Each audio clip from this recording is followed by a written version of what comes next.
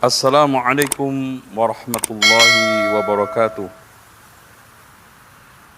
Alhamdulillahilladzi arsala rasulahu bil huda wa dinil haqqi liyudhhirahu 'alad dini kullihi walau karihal musyrikun. Asyhadu an la ilaha illallah wahdahu la syarikalah wa anna Muhammadan abduhu wa rasuluh wa ba'd. Dunia memiliki watak sebagaimana yang telah dikatakan oleh sang penyair, "Thamaniyatun tajri 'alal insan fala budda lil insani min thamaniyah." 8 perkara yang selalu melalui kehidupan manusia dan hampir semua manusia pasti akan menemuinya. Istima'un wa furqatun, ada pertemuan, ada perpisahan. Wa sururun wa huznun, ada masa gembira, ada masa sedih. Wa usrun wa yusrun, ada masa mudah, ada masa sulit. Wa suqmun wa sihhatun, ada masa sehat, ada masa sakit.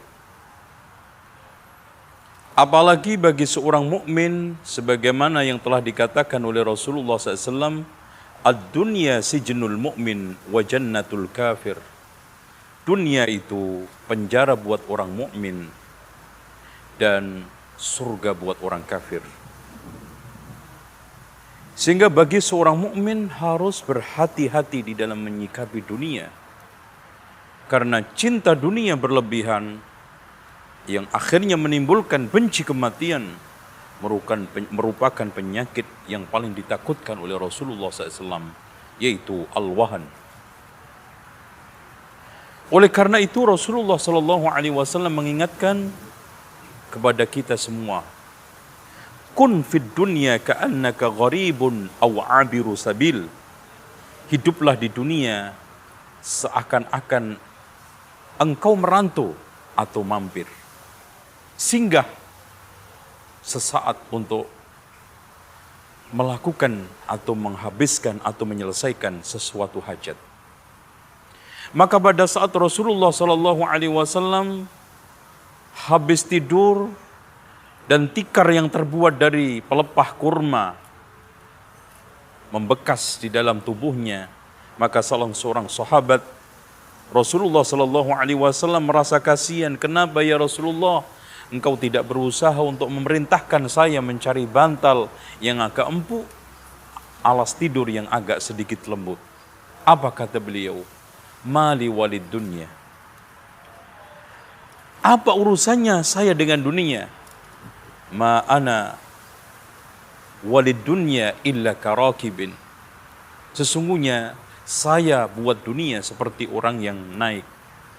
Istadalla tahta syajarah, yang berteduh sesaat di bawah pohon untuk sedikit mencari peristirahatan, untuk agak sedikit menghilangkan keringat. Summa raha wa tarakaha, kemudian dia pergi lalu meninggalkannya. Maka Allah Subhanahu wa taala mengingatkan kepada kita, wa'lamu annama amwalukum wa auladukum fitnah. Ketahuilah sesungguhnya harta kalian, anak kalian adalah fitnah. Maka siapa yang tidak pandai-pandai menyikapi harta yang dititipkan oleh Allah Subhanahu wa taala, maka harta tersebut akan menghancurkan. Lihat, perhatikan firman Allah Subhanahu wa taala, bagaimana harta itu membentuk sikap yang jelek, membentuk watak yang dimurka oleh Allah.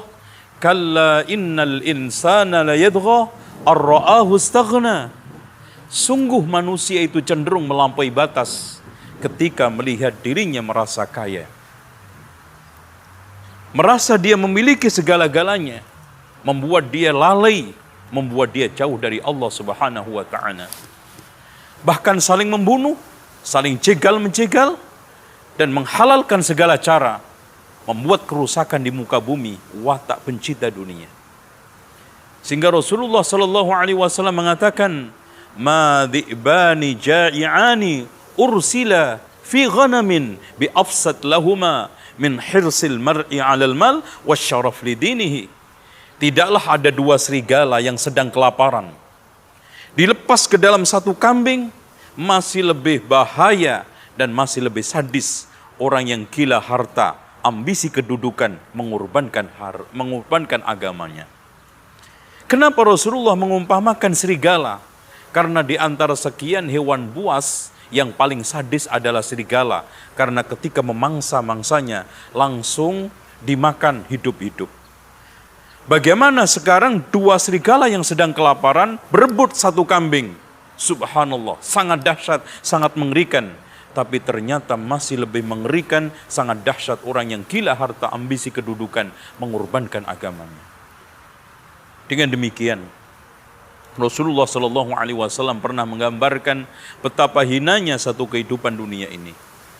Pernah Rasulullah menawarkan sahabat, wahai sahabatku, adakah di antara kalian yang mau memanfaatkan kambing kudisen kurus yang bangkai ini? Ya Rasulullah, tidak ada satupun yang mau. Apa kata Rasulullah SAW? Sungguh dunia lebih terhina daripada ini kambing atas kalian. Dengan demikian, apa yang dikatakan oleh Yahya bin Mu'ad. Sesungguhnya dunia ini seperti kalajengking. Kalau kamu tidak pinter-pinter menjampi, tidak pinter-pinter melakukan ruqyah, jangan coba memegangnya. Apa yang dimaksud ruqyahnya? Apa yang dimaksud jampi?